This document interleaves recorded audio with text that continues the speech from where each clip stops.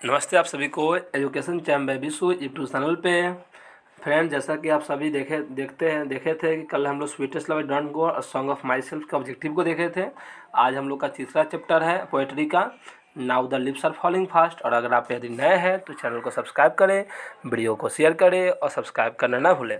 और तीसरी बात यह कि हम इससे पहले ऑब्जेक्टिव का जो प्रोज का ऑब्जेक्टिव है उसके 11 चैप्टर के पूरे वीडियो को अपलोड कर चुके हैं। आप प्लेलिस्ट में जाकर देख सकते हैं। इसके साथ साथ हम अभी मानव भूगोल का सिद्धांत सब्जेक्टिव का सीरीज शुरू किए हैं। आप उसको डेली सुबह 7 बजे लाइव क्लास में ज्वाइन करें। बस तो ठीक है, बिना देरी किए हुए आगे बढ़ता हूँ मैं। टोटल 26 प्रश्न हैं। यह क्लास जो है इंटरमीडिएट आर्ट्स और साइंस दोनों के लिए है, क्लास 12 के लिए। तो आज का पहला प्रश्न हमारा है, चलिए आज के प्रश्न को देखते हैं हम। आज का पहला प्रश्न, now the lips are falling fast. Now the lips, अच्छा नाउ द लिप्स आर, यार छूट गया है। फॉलिंग फास्ट क्या है? ऐसे स्टोरी पोयम नॉन। आपको पता है now the lips are falling fast एक पोयम है, तो 1 का आंसर आपका हो जाएगा बी। इस प्रश्न को आपको याद रखना इंपॉर्टेंट है आपके लिए। आज का दूसरा प्रश्न, now the lips are falling fast is composed by. Now the lips are falling fast किसके द्वारा रचित है?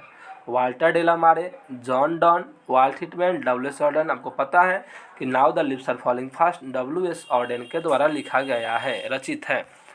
अगला प्रश्न, W S. Auden was born in. W S. Auden का जन्म कब हुआ था? तो आपको याद रखना है डब्ल्यू.एस. ऑर्डेन का जन्म 1907 में हुआ था और मृत्यु इनकी 1973 में हुई थी। इस प्रश्न को आपको याद रखना है। तो ऑप्शन है 1813, 1973, 1907, डी 1883। तो आपका आंसर हो जाएगा ए, बी नंबर 1907। डब्ल्यू.एस. ऑर्डेन का जन्म हुआ था 1907 में। इस प्रश्न को याद करके रखना है, बहुत इंपॉर्टेंट है। अगला प्रश्न, W S. Auden was died in. W S. Auden कब मरे थे? आपको बता दिया हूँ मैं, 1973 में मरे थे। ऑप्शन में खोजिए, 1907, 1818, 1980, 1973। तो 4 का आंसर आपका हो जाएगा डी 1973 की। और डब्ल्यू.एस. ऑर्डेन 1973 में मरे थे। पांचवा प्रश्न, who won the Pulitzer prize in 1948। इनमें से कौन से ऐसे व्यक्ति है जो 1948 में पुलिट्जर प्राइज से सम्मानित किए गए जीते थे? Walt Whitman, D H. Lawrence, Kamala Das, W S. Auden. तो याद रखिएगा डब्ल्यू.एस. ऑर्डेन को 1948 में पुलिट्जर प्राइज मिला था। यहाँ से 3 ऑब्जेक्टिव आपका बन सकता है। तो 5 का आपका आंसर हो जाएगा डी, जो बिल्कुल सही है। चलिए छठा प्रश्न, who won the Pulitzer prize. W S. Auden won the Pulitzer prize for which collection. W S. Auden को पुलिट्जर प्राइज मिला था, आपने अभी पढ़ा। क्यों मिला था? द ओरेटर्स के लेखन के लिए, द डांस ऑफ डेथ के लेखन के लिए, सब लोग किताबें हैं। The age of anxiety none of. आपको पता है कि एज ऑफ एंग्जाइटी कलेक्शन के लिए उनको पुलिट्जर प्राइज दिया गया था। कब दिया गया था? 1948 में दिया गया था। इस चीज़ को आपको याद रखना है। W S. Auden was also her. W S. Auden poet के अलावा और क्या क्या थे? ट्रांसलेटर थे, एडिटर थे, ड्रामाटिस्ट थे, क्रिटिक थे, ऑल ऑफ दिस। आपको याद रखना है वो पोएट के अलावा ट्रांसलेटर थे, एडिटर भी थे, ड्रामाटिस्ट और क्रिटिक सभी थे। तो 7 का आंसर हो जाएगा डी, ऑल ऑफ दिस। अगर आपको वीडियो अच्छा लगे तो कमेंट करके बताइएगा सभी लोग। W S. Auden belongs to. W S. Auden कहाँ के रहने वाले थे? America, India, Bangladesh, England. आपको याद रखना है डब्ल्यू.एस. ऑर्डेन इंग्लैंड के रहने वाले थे, परंतु किसी कारणवश वो क्या किए, 1939 में इंग्लैंड को छोड़ दिए। तो कभी कभी क्वेश्चन पूछता है कि डब्ल्यू.एस. ऑर्डेन इंग्लैंड को कब छोड़े? 1939 में। और इंग्लैंड छोड़ के कहाँ चले गए? यूएसए चले गए थे। इसलिए प्रश्न आ ही गया। देखिए प्रश्न आ ही गया आपका, W H. Auden left England in. W S. Auden ने इंग्लैंड कब छोड़ा? 1991, 1949, 1939, 1973। आपको बताया हो कि वह इंग्लैंड छोड़े थे 1939 में। और कहाँ गए थे? अमेरिका में गए थे, हमेशा सेटल्ड होने के लिए।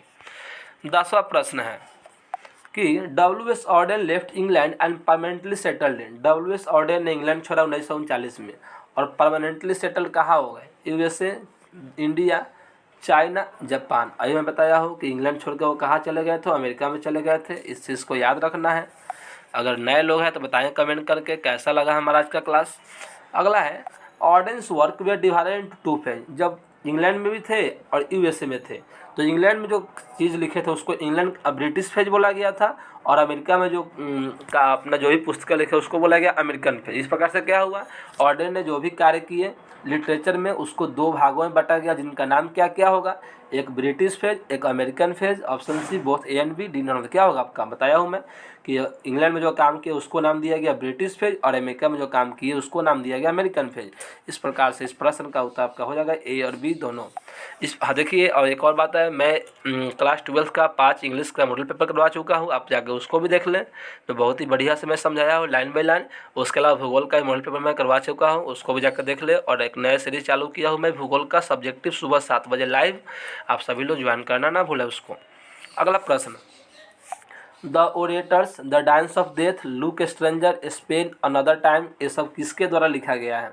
ऑप्शन है वाल्ट हिटमैन, वाल्टर डेला मारे, केकियन दारूवाला, डब्ल्यू एस ऑर्डन। आपको पता है ये डब्ल्यू एस ऑर्डन के द्वारा लिखा गया है। और एज ऑफ एंग्जाइटी भी किसके द्वारा लिखा गया है, डब्ल्यू एच ऑर्डन के द्वारा। Now the lives are falling fast enact the dash life. Now the lives are falling fast किसके जीवन को दर्शाता है, ह्यूमन मानव के जीवन को, बी एनिमल्स जानवरों के जीवन को, सी गॉड ईश्वर के जीवन को, डी प्लांट्स पौधे के जीवन को। आपको पता है now the lives are falling fast human के जीवन को दर्शाता है, तो 13 का आपका आंसर हो जाएगा ए। चलिए आज का अगला प्रश्न, now the lives are falling, now the lives are falling very, lives पत्ते गिर रहे हैं, वेरी बहुत धीरे धीरे गिर रहे हैं, बहुत फास्ट गिर रहे हैं, दोनों इनमें से कोई नहीं। क्या होगा, now the lives are falling fast मतलब the lives are falling very fast, तो 14 का आंसर आपका हो जाएगा बी। इतना एक क्वेश्चन पूछा गया, आसान क्वेश्चन, देखिए कितना आसान क्वेश्चन है। The dash are still there to take care of flowers, फूल के देखभाल के लिए कौन होता है, पोएम से देना है, पोएम के हिसाब से। Doctor, gardener, human, nurses. इसका आंसर क्या होगा, nurses. The nurses are still there to take care of flower, या नॉट होगा, sorry, the nurses are still, not यहाँ लगा लीजिएगा, नॉट छूट गया है। The nurses are still not there to take care of flowers, तो इसका आंसर आपका हो जाएगा डी नर्सेज। 15 का आंसर हो जाएगा आपका डी।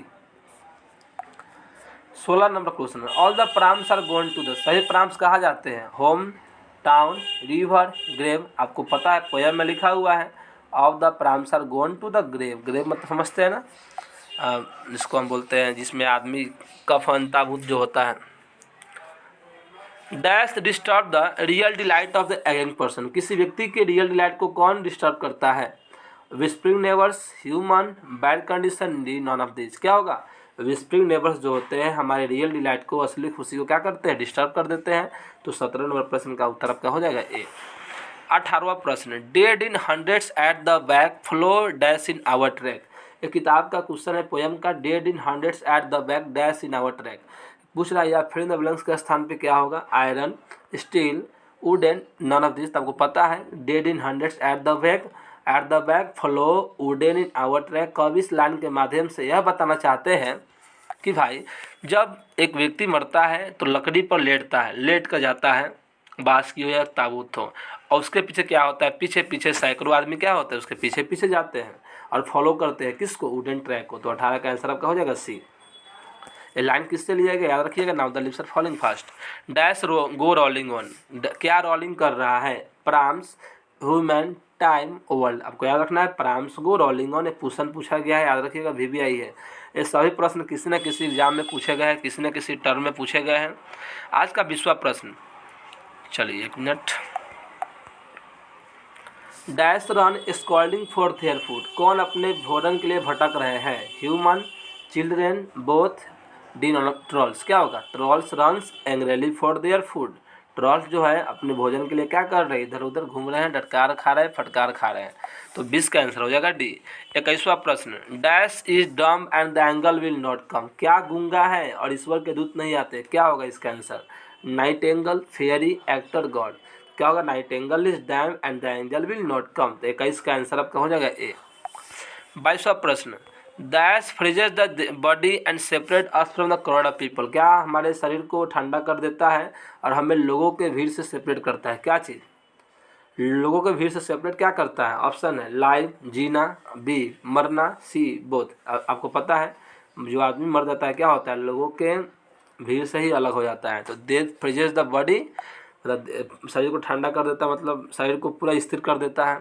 तो आपका आंसर हो जाएगा 22 का आंसर बी। याद रखिएगा पूछा गया है, पोएम से है। विस्परिंग नेबर्स भी है। विस्परिंग नेबर्स कौन होते हैं? हमारे ट्रेवलर्स। ट्रेवलर्स मतलब बोले तो जो मरे हुए व्यक्ति होते हैं वो।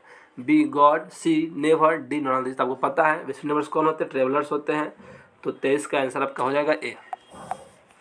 Travellers get one relief in the waterfall of. Travellers को कहाँ पे आराम मिलता है, किससे आशीर्वाद मिलता है? वाटरफॉल, किसके झरने से? नदी के झरने से, सॉरी हाँ लेक से, सी से, माउंटेन से। वो पता है travellers get one relief in the waterfall of mountain. और रास्ते में जो पहाड़ होते हैं, पहाड़ों के द्वारा उन्हें आशीर्वाद भी दिया जाता है। एक और क्वेश्चन है, cold impossible ahead lift the mountains lovely head. ये जो लाइन है किससे लिया गया है? ऑप्शन है song of myself, B snake, C fire hymn, D now the lives are falling fast. आपको पता है यह जो लाइन है now the lives are falling fast से लिया गया है। तो 25 का भी आंसर हो जाएगा डी। अगला प्रश्न, starving through the leafless food, trolls run scolding for the food. ये जो लाइन है बहुत इंपॉर्टेंट है, जो तीनों लाइन आप देख रहे हैं। ट्रॉल्स क्या करता है? लिफलेस फूड की starving there through the leafless food, trolls run scolding for their food. It line has been taken from या कंपोज बाय, कौन लिखे इसको? Walt Whitman, W S. Auden, Walter de la Mare, none of this. रखिएगा इस line को लिखने वाले हैं डब्ल्यू.एस. ऑर्डेन। इस प्रकार के प्रश्न एग्जाम में आते हैं। अगर आपको मेरा चैनल अच्छा लगा, वीडियो अच्छा लगा तो सब्सक्राइब करें, शेयर करें और लाइक करना ना भूलें। और आप मेरे प्लेलिस्ट में जाके क्लास 12 के सही प्रकार के वीडियो को देख सकते हैं जो आपके एग्जामिनेशन के दृष्टिकोण से बहुत महत्वपूर्ण है। फिर मिलते हैं अगले वीडियो में। And always smile, be happy, stay safe in your home. Okay bye. चलिए।